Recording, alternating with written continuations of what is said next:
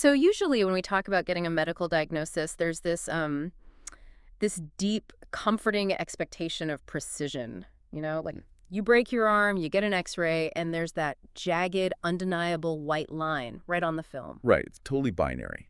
Broken or not broken. Exactly. The doctor points at the film, and it's this objective structural fact. It exists completely independently of how you feel about it. And we really crave that kind of visibility, don't we? I mean, we want to be able to categorize a problem, point to the exact mechanical failure, and just apply a standardized fix. Yeah. The entire architecture of modern medicine, and honestly, our broader relationship with problem solving in general, is built on that premise. Yeah. That if we can just see the mechanism clearly enough, we can force it back into alignment. But the second you step away from the physical body, the skeleton, and you venture into the landscape of your own inner life, that X-ray machine just completely shatters. Oh, absolutely. It's gone. You sit down on a meditation cushion, or maybe you're just like lying in bed at 2 a.m. trying to quiet your racing thoughts so you can sleep, and suddenly you're operating in total darkness. The landscape of consciousness is just incredibly murky. It is. And the absolute worst part is what we call the paradox of effort. Because the very moment you try to force a mental state, It slips away. yes, the moment you grit your teeth and demand that your brain relax or demand that your attention lock onto a target, the state just completely vanishes. It's the core universal frustration for anyone who has ever tried to explore their own mind. I mean, you reach for calm, and the reaching itself creates tension. Right. You try to force focus, and the force just fractures your attention. And that paradox is exactly what drives so many people away from contemplative practices entirely. Because when someone tries to force a state of relaxation and fails, they rarely blame the methodology. They blame themselves. Always. They assume they just lack discipline, or that they're fundamentally wired for anxiety. They treat their inability to command their own consciousness as this personal moral failing. Instead of just a predictable mechanical failure of the system. Exactly. A failure of the system they are trying to operate. Which brings us to the source material for today, because this text completely shatters that assumption. We are doing a deep dive into a really fascinating book called Conscio-Cybernetics. Applying Cybernetic Control Principles to Explore the Human Mind by محمد العمصي. That's the one. And our mission for this deep dive is to help you, the listener, step away from relying on mystery and luck. Or brute willpower. Right, exactly. We want to show you how to treat the mind not as this magical esoteric black box that either works or doesn't, but as a self-regulating steerable system. Using the hard engineering principles of feedback loops. Okay, let's unpack this, because applying cold engineering logic and systems theory to human consciousness sounds a little, dystopian at first glance, like it strips away all the poetry. It does strip away the poetry. Yeah. Yeah. But it replaces it with agency. I mean, the foundational premise of Almasi's framework is an absolute paradigm shift. How so? Well, most of us approach our own consciousness like it's a heavy mechanical lever. We sit down, we decide we want to be calm, we grab the lever of our willpower, and we just pull. We demand the system comply immediately. But the mind is not a static machine waiting for a command. Exactly. It is a highly dynamic, constantly fluctuating biological system. Right. And whenever you apply massive blunt force to a living, self-regulating system, it reflexively pushes back. Oh, man. Anyone who has ever suffered from insomnia knows that physical pushback intimately. Oh, for sure. The harder you try to fall asleep, the more your heart rate elevates. The effort of trying to sleep generates this massive spike in cortisol and adrenaline, making you intensely awake and anxious. You're essentially screaming at a delicate instrument. Right. So Almasi argues that we have fundamentally misidentified the nature of the task. We need to stop treating mental states as pushing problems and start treating them as steering problems. Steering problems. Yeah, and this is actually the literal definition of cybernetics. The word itself comes from the Greek word kybernetes, which means the helmsman of a ship. Oh, wow. I didn't know that. Yeah. So think about it. When a helmsman is steering a vessel across the ocean, they don't scream at the water. They don't try to force the waves to stop or demand that the wind blow in a different direction. Because that would be insane. Right. Steering is a dynamic, ongoing relationship. The ocean moves, the ship drifts, and the helmsman applies a slight adjustment to the rudder. Control in a cybernetic framework is never a one-time authoritarian command. It's a continuous feedback loop that dances with the environment. Exactly. So, if we are going to act as the helmsman of our own consciousness, we need to understand the actual mechanics of the steering wheel. And the book operationalizes this through what it calls the control loop. The foundational building block of every self-regulating system on the planet. Right. Whether it's the thermostat on your wall or, the autopilot software on a Boeing 777 or your own vagus nerve, it all operates on a loop made of 4 distinct components. Reference, sensor, controller, and actuator. Let's walk through those. Because the integrity of your practice entirely depends on how clearly you define those 4 things. It really does. Yeah. So the first component, the reference, is your target state. It's the specific condition you are trying to maintain. And this is where the vast majority of people sabotage themselves before they even begin, right? Oh, absolutely, because they choose references that are heavily poetic or abstract. They sit down and say, I want to achieve ego death, or I want a profound sense of inner peace. And those concepts are wonderful for, like, a retreat brochure or a philosophical discussion, but they are completely useless parameters for your nervous system. Totally useless. Your brain cannot actively steer toward inner peace because it has no biological metric for it. Right. It's like telling a self-driving car to drive toward happiness. The machine needs operational coordinates. Exactly. So a functional cybernetic reference must be concrete, operational, and recognizable. You need to know when you are moving closer to it and when you are drifting away. So instead of aiming for inner peace, an operational reference would be something like a calm body with clear, stable attention. That is a target your system can actually track. Which leads directly into the second component, the sensor. Yeah. You have to have a way to detect your current state relative to that reference. The dashboard. Yeah. Your internal sensors are the raw data feeds of your physiological and mental state. So you're monitoring the microtension in your jaw muscles, or you're feeling the exact texture and rhythm of your breathing. You're tracking the velocity of your internal monologue. The sensor is basically answering the question, where am I right now compared to where I want to be? And then once the sensor detects a gap between your current state and your reference say, you notice your shoulders have crept up to your ears and your breath is shallow. The third component activates. The controller. Right. The controller is the decision rule. It's the internal logic that decides what needs to be done about the drift. If the error signal is jaw tension, the controller determines the appropriate countermeasure. And then it hands that decision off to the fourth component, the actuator. The actuator is the physical or mental intervention you deploy to close the gap. It's the tool you use to change the state. So that might be a deliberate, slow exhale, or it might be shifting your posture. Or releasing the muscles around your eyes. Yeah. Or widening your peripheral vision. The actuator physically shifts the system back toward the reference. The sensor registers the change, and the loop continues. Okay, but I need to challenge this framework a bit.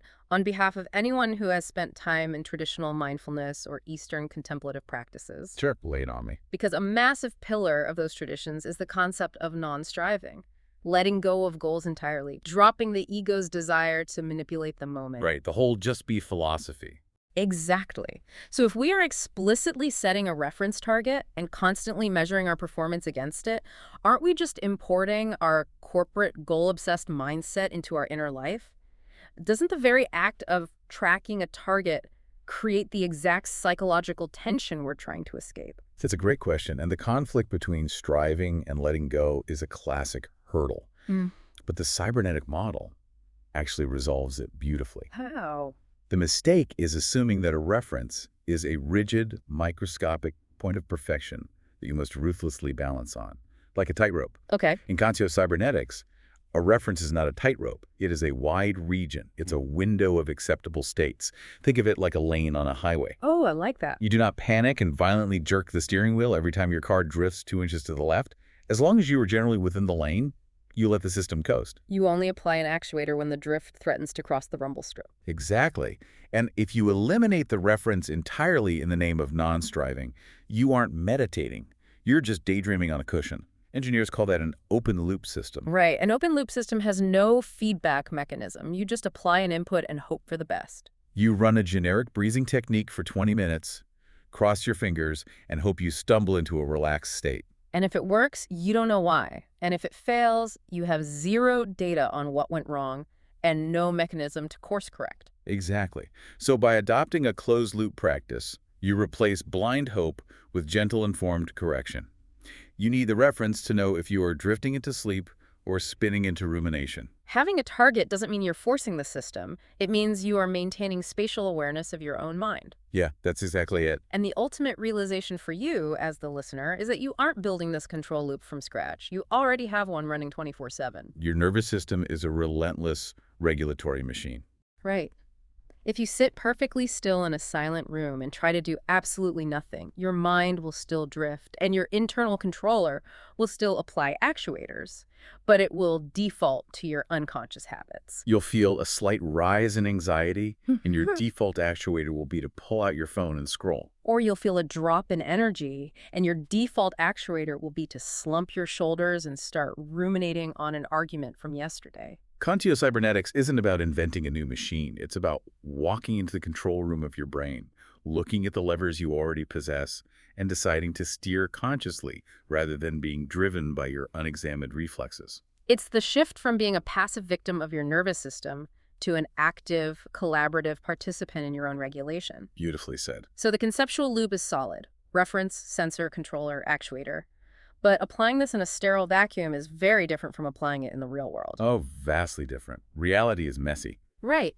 So why do we still experience catastrophic system crashes? You set your reference, you monitor your sensors, you apply a gentle actuator, and 5 minutes later, your focus shatters, your heart is racing, and you are entirely lost in a fantasy. The book calls this state slipping. Yeah, state slipping. If the cybernetic loop is so efficient, why does our state still slip away so easily? Because state slipping feels like a psychological failure, but Almasi frames it entirely as physics. Any control loop operating in the physical universe has to contend with three inescapable forces. Noise, latency, and drift. Exactly. And if your internal controller does not account for these three variables, the system will inevitably collapse. Let's pull these apart, starting with noise. Because in an engineering context, noise is just random, unwanted variation in a signal. Right. And internally, noise is the sudden, sharp itch on your shoulder. It's the completely random memory of a commercial you saw 10 years ago popping into your head. Or a sudden spike in your heart rate because a car drove by outside. Yes. And the critical shift in perspective here is realizing that noise is not a moral failing. The fact that your brain produces random, chaotic signals does not mean you are bad at focusing. It's just the metabolic reality of an active neural network. Exactly. However, if your internal controller is hyper-reactive-like, if you treat every single piece of noise as a catastrophic error that requires immediate correction, you will destroy your own stability. Because you'll be constantly applying aggressive actuators to fix minor fluctuations that would have just resolved themselves if left alone. You end up fighting the ocean instead of steering the ship. Okay, but the second force, latency, is where I think the vast majority of our practices completely derail. Oh, latency is the silent killer of meditation practices. Latency is the built-in time delay between the moment you deploy an actuator and the moment your sensors register the change. And the book uses this brilliant visceral analogy for this. Adjusting the temperature in a strange shower. The shower analogy perfectly encapsulates the danger of unmanaged latency combined with a high-gain controller. So imagine you step into a shower at a hotel and the water is freezing. Right, the worst. That freezing water is your error signal.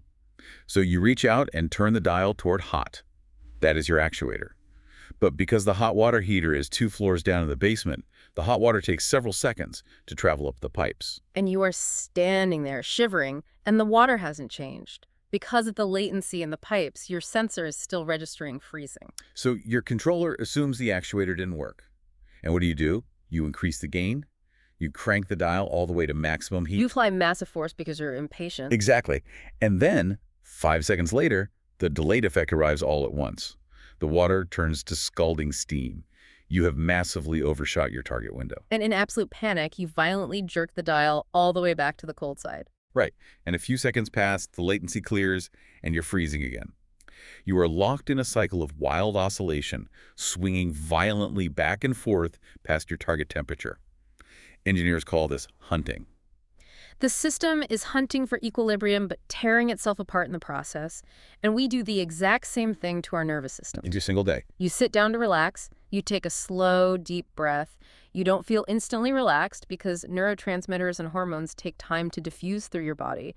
The parasympathetic response has a biological latency. But because you don't feel it instantly, you panic. You think, I need to try harder. Right. You put intense, aggressive effort into forcing your muscles to relax, and the effort itself triggers a sympathetic nervous system response, flooding you with mild adrenaline.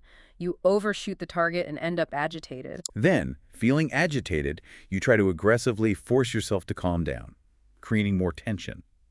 We are constantly hunting for the state, turning the inner shower dial from freezing to scalding. What's fascinating here is how this purely mechanical explanation completely absolves you of the guilt associated with a failed practice. No, 100%. When you are oscillating between anxiety and exhaustion on a meditation cushion, it is not because your soul is restless or your discipline is weak. It's because you are operating a high-gain controller in a system with massive biological latency. You're turning the dial too hard, and you aren't waiting for the water to travel up the pipes. Exactly. So to fix the inner shower dial, the book introduces the concept of damping. If you want to stop the oscillation, you have to trade speed for stability. So when you sense that you are drifting, you don't yank the wheel. You apply a microscopic microcorrection, like you soften your gaze by 2% or you lengthen your exhale by half a second. And then critically, you wait. You build an intentional pause into your loop. You deploy the actuator, and then you sit back and allow the biological latency to clear.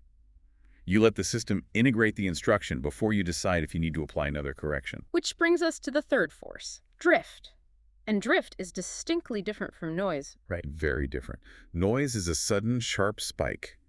Drift is a slow, quiet, insidious change over time. It's the reality that if you sit perfectly still for 30 minutes, your sleep pressure is slowly accumulating, your core body temperature is dropping, your baseline arousal is quietly sliding downward. And drift is incredibly dangerous to the system, precisely because it operates below the threshold of obvious detection. Right, if your internal sensors are only calibrated to notice massive error signals, you won't realize you're experiencing sleep drift until your head actually nods forward and you jolt awake. And once the drift has pulled you that far off course, you require a massive, high-gain actuator to get back to the reference window, which throws you right back into the oscillation trap. So the entire art of Conscio-Cybernetics is calibrating your sensors to detect drift when it is microscopic. Exactly.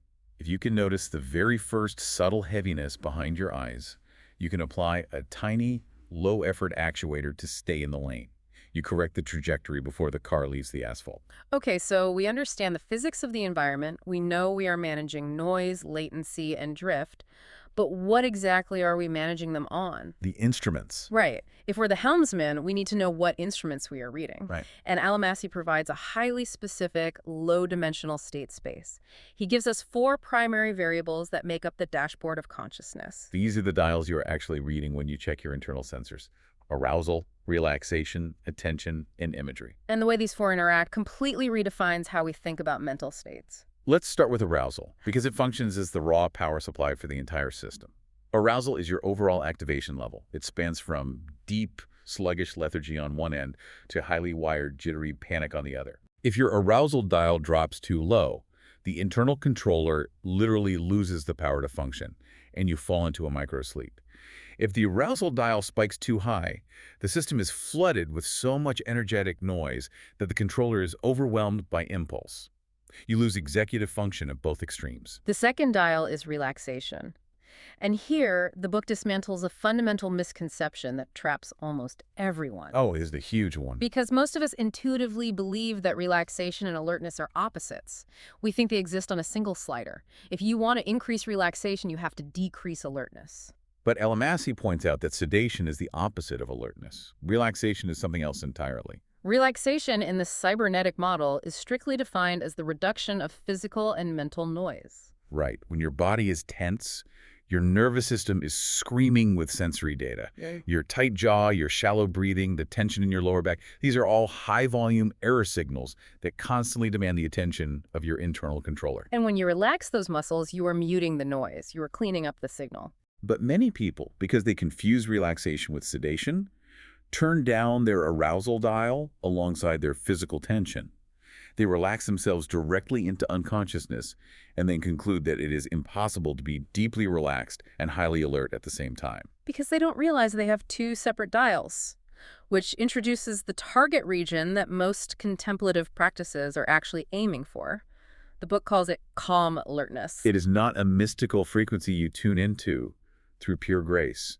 It is a highly specific, coordinated region on your internal dashboard. It's the exact state where your relaxation dial is turned up high enough to eliminate all the somatic noise, but your arousal dial is maintained just high enough to keep the controller online and your attention sharp. And it requires extreme finesse to decouple those two variables. Yeah. You have to train the system to sustain energetic fuel without expressing it as muscular tension. It is exactly like tuning a guitar string. Yes, great analogy. If you want the string to ring out with perfect clarity, you can't just crank the tuning peg as tight as it will go. That is high arousal and low relaxation. The string is rigid, choked, and will eventually snap. But you also can't just loosen the peg until the string is completely slack. That is sedation. You pluck it and it just makes a dead thud.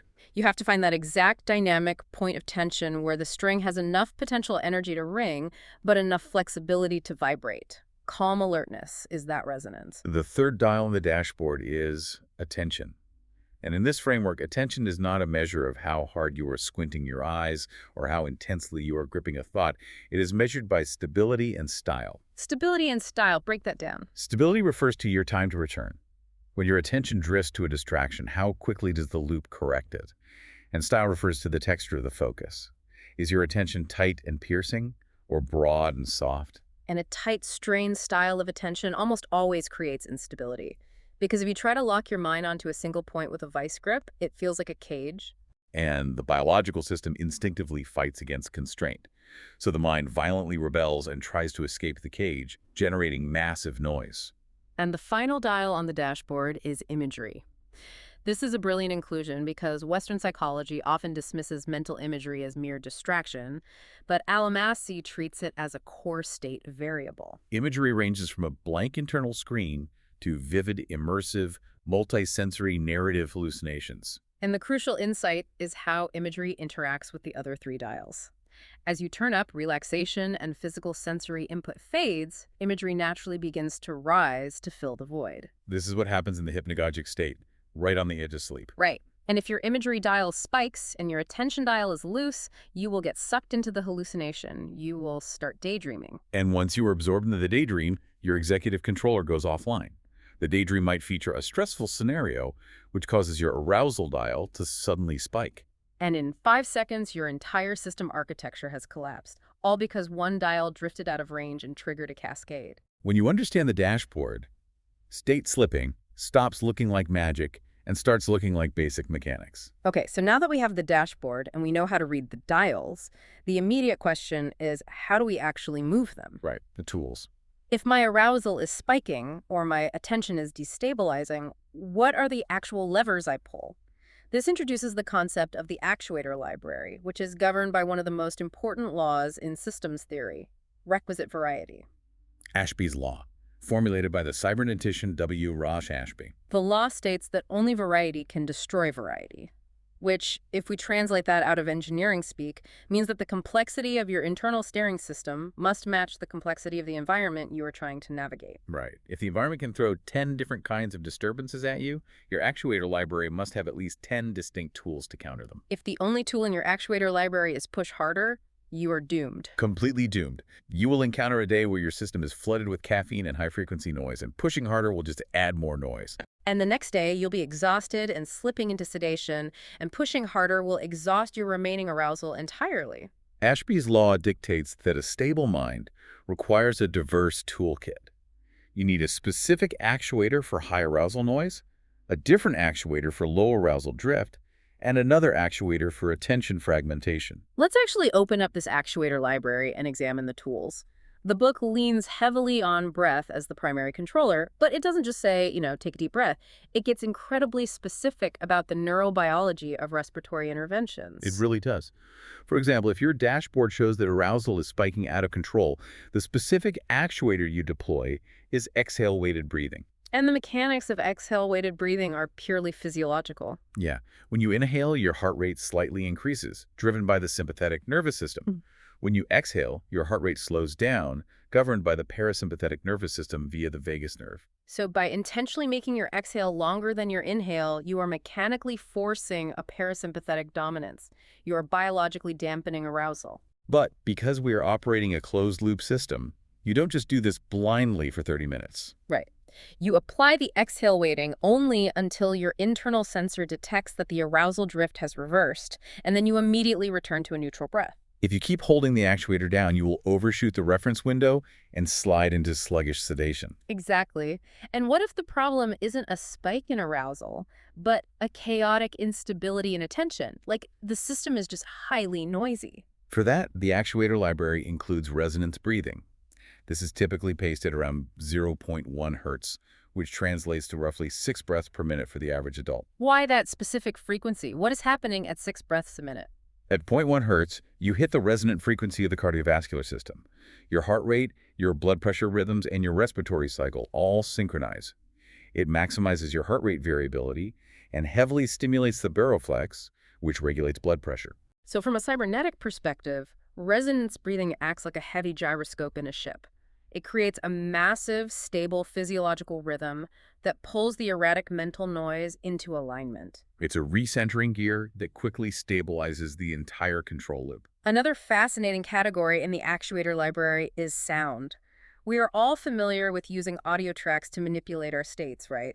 Playing white noise to focus or binaural beats to sleep. But Allemasi draws a hard line between open-loop sound and closed-loop sound. Yeah, playing a static track of rain sounds on Spotify is an open-loop intervention. The audio file does not know what your nervous system is doing. It just plays indiscriminately. So if you use an open-loop track to relax, and you successfully relax, the track keeps playing at the same volume, pushing you further down the arousal scale until you fall asleep. It is completely blind to your real-time data. Closed-loop sound, however, is responsive. The book explores this through the lens of GTI's just-in-time adaptive interventions. This is the cutting edge of where state regulation is heading. It's so cool. Imagine you are wearing biometric earbuds that are continuously tracking your heart rate variability and your micro-movements.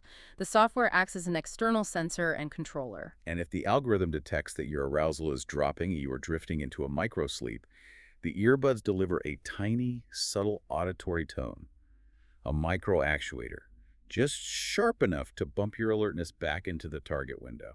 And crucially, when you are stable and within the reference window, the system remains completely silent.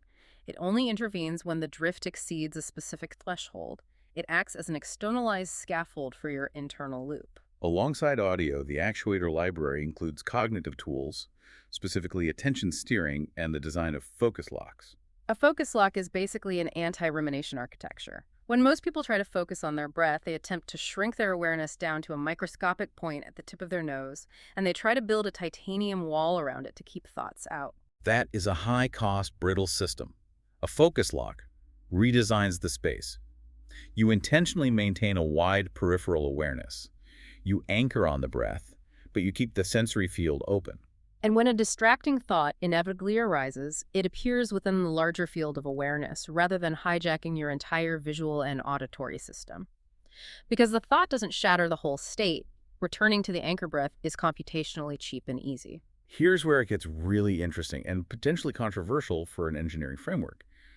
Allemasi explicitly includes energy work in the actuator library. I have to admit, my initial reaction to reading that section was heavy skepticism, because when you start talking about moving ki or circulating prana or manipulating biofields, it usually signals a departure from hard science into pure mysticism. All right, totally. How does a book dedicated to rigorous cybernetic control loops justify energy work? It does so by stripping away the metaphysics and strictly operationalizing the internal experience. Conscio-Cybernetics does not require you to believe in an invisible electromagnetic life force flowing through your meridians. Instead, it defined energy practices, like a Qigong sequence, or a Vipassana body scan, or visualizing circulating warmth, purely as structured internal actions. What you are actually doing is systematically mapping your interoceptive network and updating your body schema.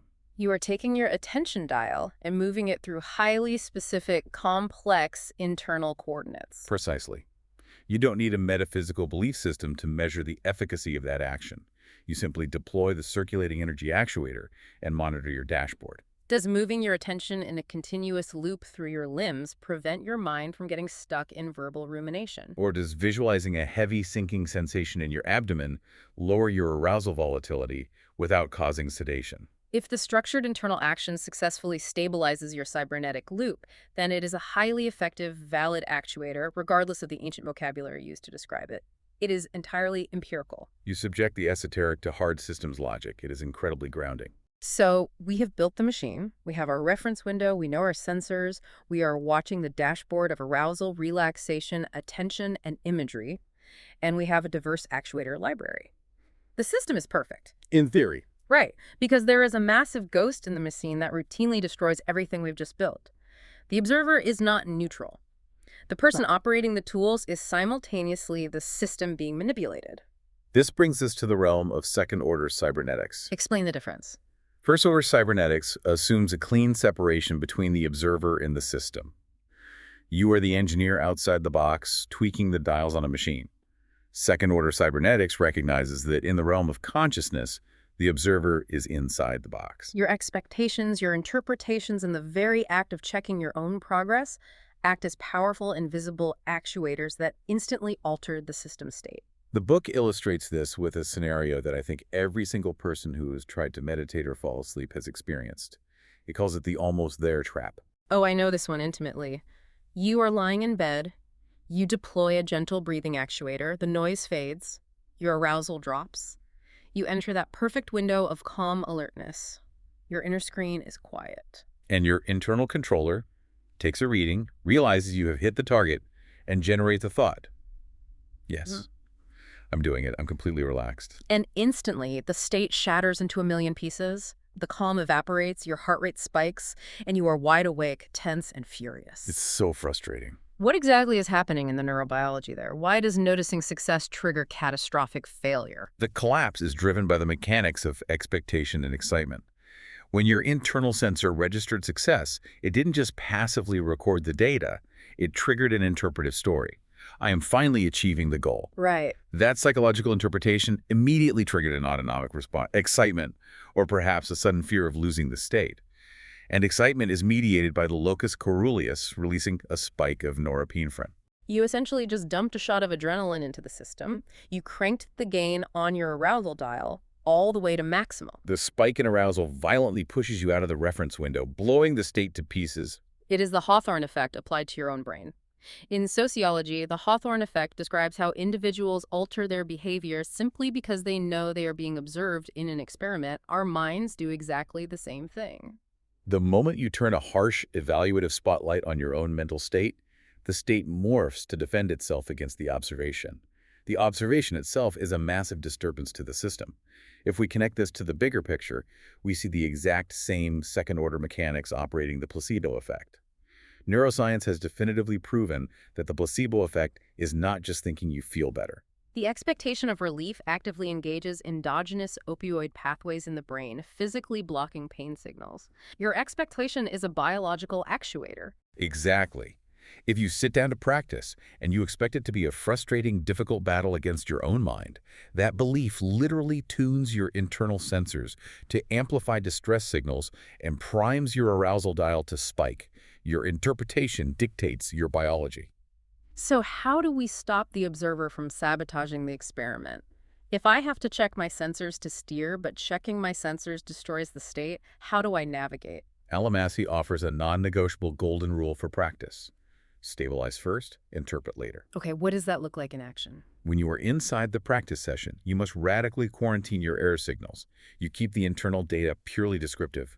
If you notice a wave of vivid visual imagery, your controller simply notes imagery is rising and perhaps applies a grounding actuator. You do not allow the controller to leap to the interpretation, I am entering a profound mystical vision. Or conversely, I am failing to stay focused. You decouple the sensory data from the narrative meaning-making. You save all the storytelling, all the analysis, and all the judgment for the post-session log. While you are actively steering, interpretation is treated as a high-gain, destabilizing actuator. You must learn to notice the state of the dashboard without grabbing the dials. Notice without grabbing. Exactly. You keep the loop incredibly light. Okay, so we have exhaustively mapped the waking practice. But Conscio-Cybernetics faces its ultimate stress test when the sun goes down. Sleep? What happens to the control loop when the conscious brain shuts off? The book dedicates a massive section to engineering the night, specifically treating lucid dreaming not as a mystical parlor trick, but as an advanced cybernetic skill. Lucid dreaming is the absolute pinnacle of state regulation training. You are attempting to boot up your executive controller and maintain delicate meta-awareness while completely submerged in an environment sleep that is biologically designed to pull you into unconsciousness. To succeed, you have to replace magical thinking with precision engineering, starting with sleep architecture. You cannot just demand a lucid dream at 11:00 p.m. when your head hits the pillow. Treating the night as one uniform, flat landscape is a guaranteed path to frustration. Timing dictates everything. The human sleep cycle oscillates between non-REM and REM phases. REM sleep, which is characterized by high brain activation, muscle atonia, and vivid narrative hallucinations, is the biological substrate required for lucidity. And REM periods are short in the first half of the night and become progressively longer and denser in the early morning hours. If you try to deploy a high-arousal lucid dreaming actuator during deep, slow-wave sleep at midnight, the system will reject it. You will either fail to penetrate the sleep state, or you will forcibly wake yourself up. Cybernetic control requires you to align your interventions with the system's biological probabilities. You have to target the REM-rich windows. And Almasi is quick to point out that lucidity is not some supernatural realm. It is a measurable, verifiable hybrid state. He grounds this in Stephen LaBerge's pioneering laboratory research in the 1980s. Right, LaBerge literally had lucid dreamers signal to the outside world from inside the dream. Because the physical eye muscles are not paralyzed during REM sleep, dreamers could execute pre-agreed eye movement patterns, looking left, right. While polysomnograph machines proved their brain waves were entirely locked in REM sleep. That experiment is cybernetics in its purest, most literal form. The dreamer acts as an active controller inside a simulated environment, utilizing a physical actuator, the eye muscles, to transmit an error signal to the external world. It proves that executive function can coexist with sleep. However, the book highlights a critical flaw in how most people approach this practice. Almost all the literature focuses entirely on induction, getting the spark of lucidity. The moment you look at your hands in the dream, realize they have 6 fingers, and the insight hits. I'm dreaming. Everyone focuses on achieving that singular moment of realization. But what actually happens 3 seconds later? The system crashes, because the moment the insight hits, the almost there trap triggers on a massive scale. You realize you are dreaming, you experience a massive surge of adrenaline and excitement, your internal arousal dial spikes off the charts, and the delicate hybrid state collapses.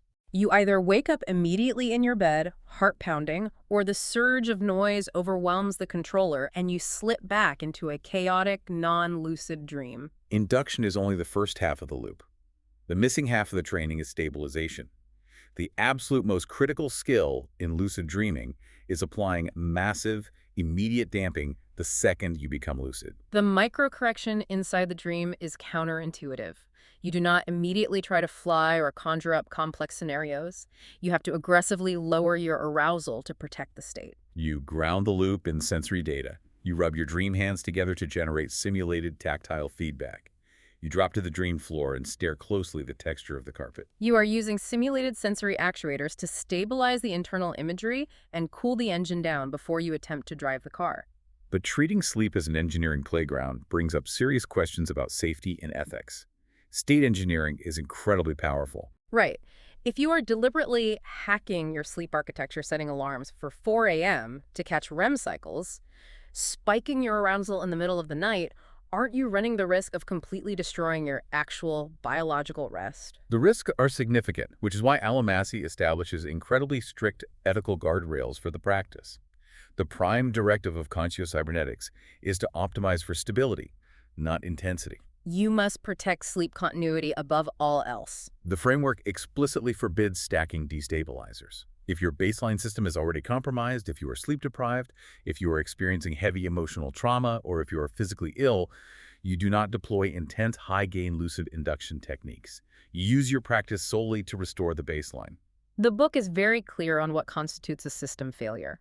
If your pursuit of 40 Hz gamma burst lucid dreams or profound meditative trances begins to degrade the quality of your waking life, if you are walking around exhausted, disassociated, or highly anxious because you wrecked your sleep architecture, that is defined as a total controller failure. The cybernetic loop exists to serve the biological organism.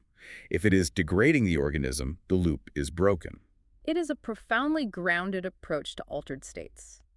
You do not use the practice to escape reality.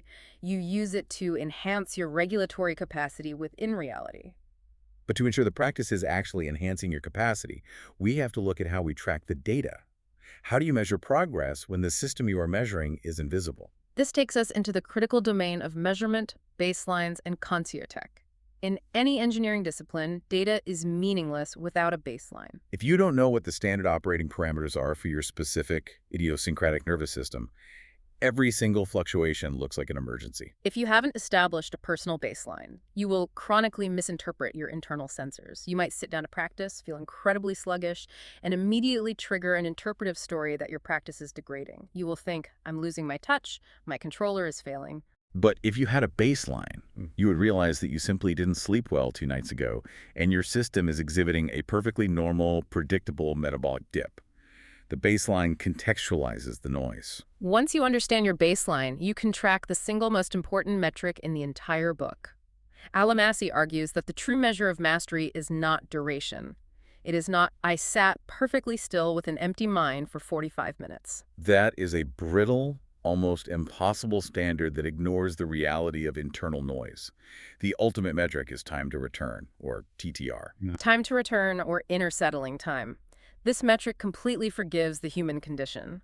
Progress is defined entirely by the speed and efficiency of your error correction. When a random memory flashes into your mind and pulls your attention dial off the reference target, how long does the drift last?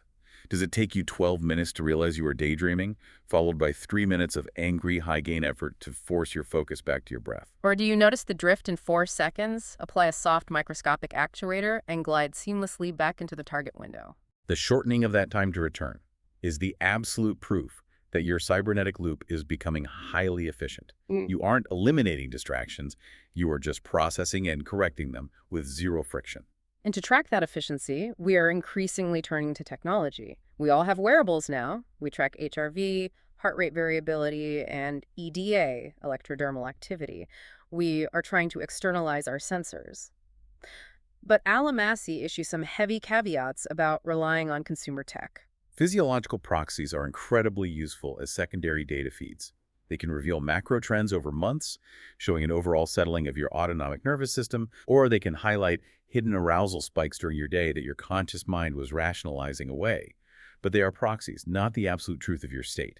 The book specifically highlights how respiratory mechanics can completely confound HRV readings. Right. If you deploy resonance breathing at 0.1 hertz, your HRV metric on your smartwatch will instantly look massive. It will look like you have achieved the physiological resilience of an Olympic monk. But that high reading is primarily driven by respiratory sinus arrhythmia, the mechanical coupling of your lungs expanding and your heart rate accelerating. You are mechanically gaming the sensor. It doesn't necessarily mean you have achieved profound spiritual clarity. You have to use the biometric tech to calibrate your own internal interoception, not to replace it. But Almasi does outline a roadmap for the future of Conscio-Tech that moves far beyond basic tracking.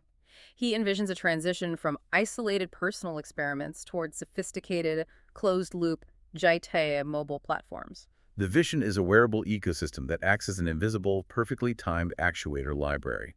It monitors your biological drift in the background of your daily life and delivers the absolute minimum viable nudge. Like a slight haptic vibration on your wrist or a shift in the ambient noise cancellation of your earbuds. Just enough to correct your state without ever pulling your conscious attention away from your work. It is the ultimate scaling of the cybernetic loop.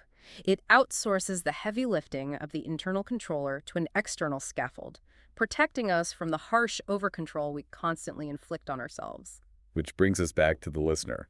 What is the ultimate takeaway here? The core value of Conscio-Cybernetics is total liberation from the guilt trick of your own inner life. You don't need to be lucky to experience a quiet mind, and you certainly do not need to use brute force. By choosing to treat your consciousness as a steerable mechanical system, a system that experiences noise, delay, and drift simply because it is bound by the laws of physics, you can replace frustration with gentle, informed tuning. When you lose focus, it is not a moral failing. It is not a lack of discipline. It is just a routine error signal asking for a micro-correction. You change the entire emotional tone of your inner landscape from a battlefield into a navigation exercise. And if we look at the trajectory of this framework, particularly its ethical warnings against using altered states for escapism, it points toward a fascinating conclusion. The text warns us that chasing profound trances to avoid the friction of daily life is a failure of regulation, which raises a much deeper question about the end goal of all this engineering. Where does a perfectly tuned system actually take us? What if the highest possible expression of Conscio-Cybernetics isn't achieving a spectacular 40 Hz gamma burst lucid dream?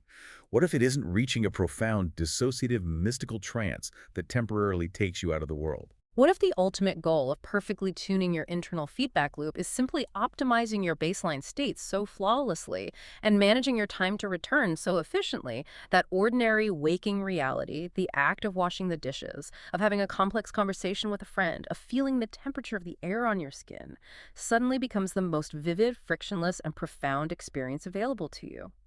But that vision of the future brings up one final provocative thought to leave you with. If we actually build these G-type platforms, Almasi predicts, if we eventually rely on biometric earbuds and haptic algorithms to perfectly regulate our focus, perfectly dampen our arousal, and constantly steer our nervous systems with tiny auditory nudges, do we eventually atrophy our own internal controllers? If we outsource the detection of drift and the deployment of actuators to our AirPods, do we forget how to steer? If the machine does the sailing, do we lose our capacity to be the helmsman?